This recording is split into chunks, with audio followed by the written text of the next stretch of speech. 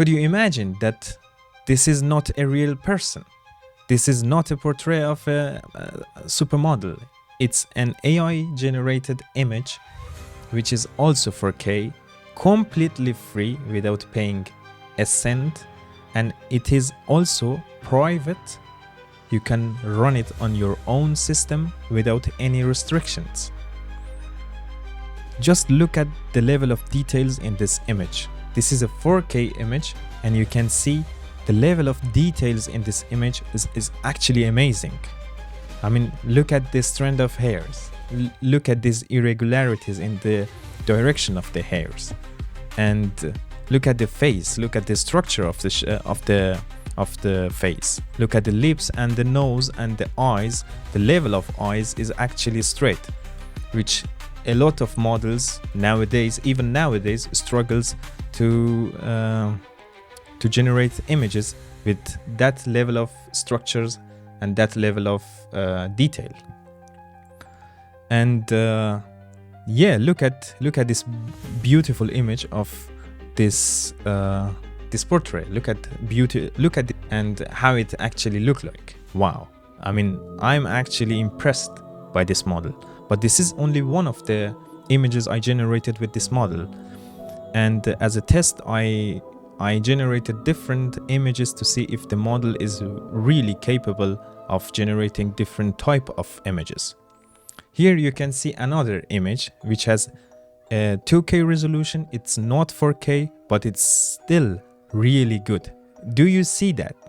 I mean, do you see the level of details in this image? It is actually a brown rabbit, a sci-fi brown rabbit, which look like this, and you can also see the Easter egg here. And yeah, this image is also AI generated and also completely locally on my own system.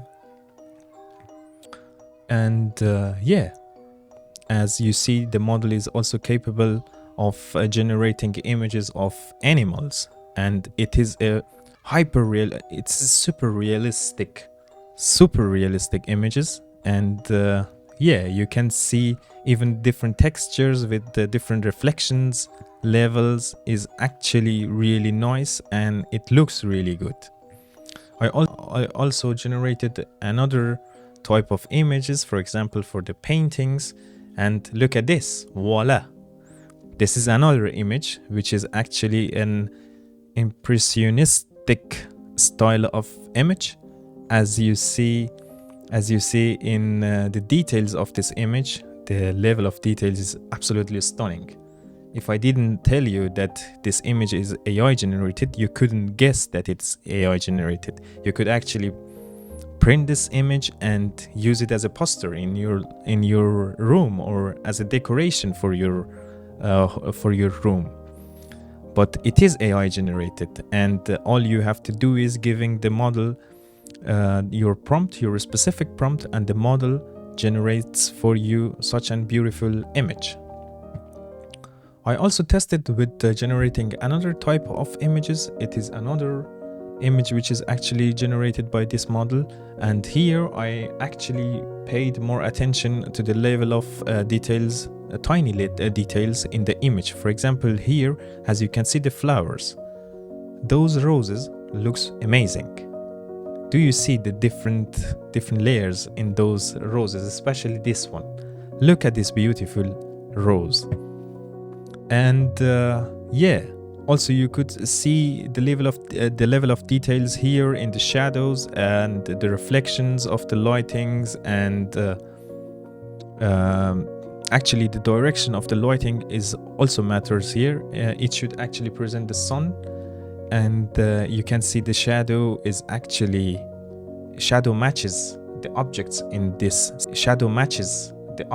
in this scene, and it does really good job to capture all those lightings and all those shadows and everything else. As you can see here, you see it's much brighter than this side, and this is amazing. And yeah, this is another poster I created with this model. And as I already mentioned, The level of details is absolutely beautiful. This is also an impressionistic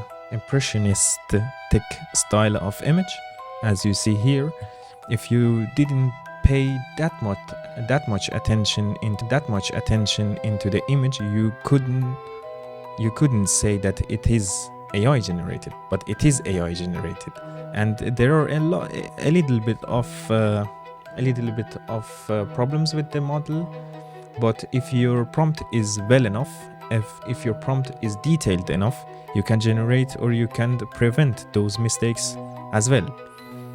And if I remember it correctly, my prompt for this image wasn't that good. So you can see that those lanterns aren't the same size, and these two are a little bit longer or a little bit bigger than these two, for example. But nevertheless, the quality, the beauty of this image is stunning. We also have this image. This is also generated by myself, and you can see that it should be a reference to the third part of the Dune series, which comes this year. And you can see that you are even able to generate these images and use them as posters. And as I said, the level of details are really, really beautiful and really, really good. This is also another image. I also zoom in this image to show you the level of details in this image, as which I previously said is really astonishing, really nice, really beautiful. The flowers, the trees, the lightings here, the lightings especially is really, really realistic, I would say. The directions is correct, and it's consistent between different shapes or different objects, and you can see it consistently also here. It's visible. And I also like to mention the reflections in the glasses. As you can see here, they are really beautiful, they are good, but you probably wonder why the faces are so messy, or why the faces are not correctly painted. But if you're familiar with the impressionistic style of paintings, you know that a lot of those images are actually painted like this. The level of details in the faces aren't actually that much, and the faces look like this in this image. So for the next picture, we have this one. As you can see, we see an astronaut who is actually landed on the moon, and if you pay attention to this image, you can see that it is about the Artemis 2 mission, which happens a few years before. It's about that mission, and as I mentioned, the level of details also here in this image is really, really interesting. Look at these reflections into this glass. That looks really nice. And if you follow the direction of the lightings, or if you follow the direction of the sun, you can see that's also consistent here. As you see, I think that the sun is somewhere here. It's not actually in this image, but you could imagine that the lighting is somewhere here, and then those shadows and those brighting regions in the objects are completely consistent. It looks really realistic, and it is very nice. And you could actually look at, for example, here, this part. That's nice. I mean, that's really consistent.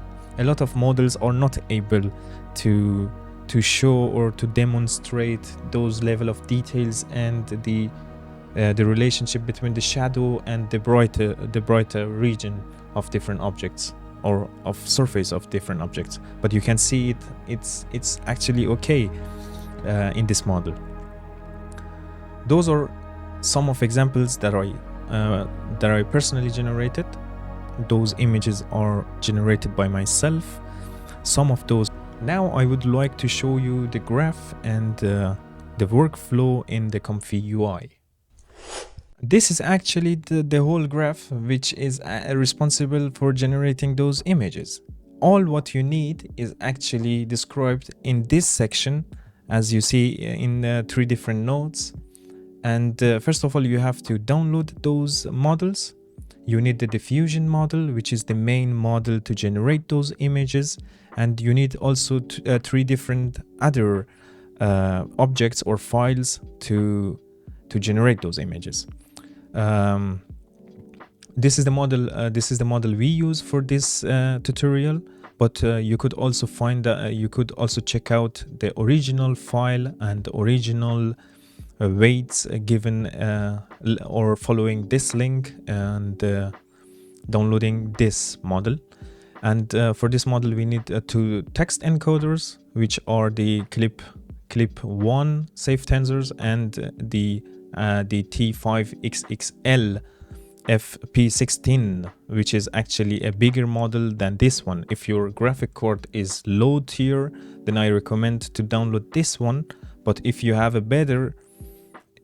a much powerful graphic card, you could also download this one, which is a 16 billion parameter, big. And then we also have this file, and you could also download this file by clicking here. And yeah, but first of all, if you don't know what ComfyUI is, I also could show you where to download it. You could download the ComfyUI by searching ComfyUI download and finding the original website as given here, clicking this website, and based on your specific operating system, you could either download the Windows one or the Mac one. After hitting the download button, you're able to download it. But for this case, I already downloaded the model and I don't need to download it again. So this is pretty much everything you need. Now back to the models. Here I'm going to describe the model shortly. The model has 5 different steps. The first step is actually loading the models and putting them in the right places. But I would strongly recommend to refresh the graph, since if you're finished with downloading those models, you have to update the graph to see them. So by clicking the R button on the keyboard, you can upload the graph. Then you're able to see those models. Yeah, first of all, I had to explain or to mention that you have to put or place those files in the given structure. It means you find the ComfyUI folder, then follow the structure and place those specific models in the given structure. For example, the Flux1 Crea model or file should be placed in this order. ComfyUI, then you click the models and the diffusion models and you and you place it here. Then the text encoders should be given or should be placed here, and the VAA model or VAL file should be given also there. And that's pretty much everything you have to do. Then you're able to see those files or to see those models given in these fields. For example, if you click on this field, you're able to see the Flux1 Crea. And you click it and you put it there. Then the clip1 safe tensor, it should be placed here, and the T5XXL model should be also given here. We don't change anything else for the models and we let it as a default. Then the AE safe tensor should be placed in the right place, and we do it here. And yeah, that's pretty much everything you have to know about loading the models. In the next step, you have to give the image size or the prompts. I would say you could begin with the prompts first of all. And for For the prompts, we have the positive and the negative prompts. The positive prompt is everything what the model has to know to generate the image. Everything, every details you want to be included in the image. And the negative prompt is all about things that the model has to avoid for that specific image. For example, for this image, or for this case, we want a young woman with those described properties. Those keywords are actually used to describe things that the model has to avoid. And now we are going to describe or to define how big the image should be. For the 4K images, we could use these specific resolutions. If you want, for example, a horizontally image, you could put it as by clicking it, you can change the resolution. You could, for example, use the 3840 by 2160 and save it for having an 4K image. But you could also use the same resolutions to have a square image. For example, in this case, I used 4096 by 4096 to generate this image, which is a squared image. And the batch size is all about how many images would you like to generate. Here I prefer to generate only one image at once, because it is, if the prompt is good enough, if the prompt is detailed enough, then you don't need to generate two different images. Only one image and it's actually enough. So I recommend to set it to be one and not more than one. The step 4 is actually a little bit more technical. We don't go into. Yeah, the step 4 is actually about the sampling and the decoding. So it's a little bit more technical. We don't go into details here, but all you have to know is that you're able to adjust different parameters as given here. And I also mentioned, I think somewhere here, that yeah, what should you do, or how would you change those parameters to have a better quality, a 4K quality image. So I let it be like that, and I don't touch it. After you're finished with your prompts and image size, you hit the run button and let the model generate your image. And that's actually everything you have to know about generating those images using the DyPE model with the Flux One Cray. As I already mentioned, the model is completely free. You can use it, you can generate as much as images as you want, and the model is actually a text-to-image system. You describe how the image should look like, and the model generate those images. And yeah, that's pretty much everything you have to know. If you have any questions, you can actually comment it, and I'll try to answer each of those comments. So that's pretty much everything you have to know, and thank you for watching this tutorial.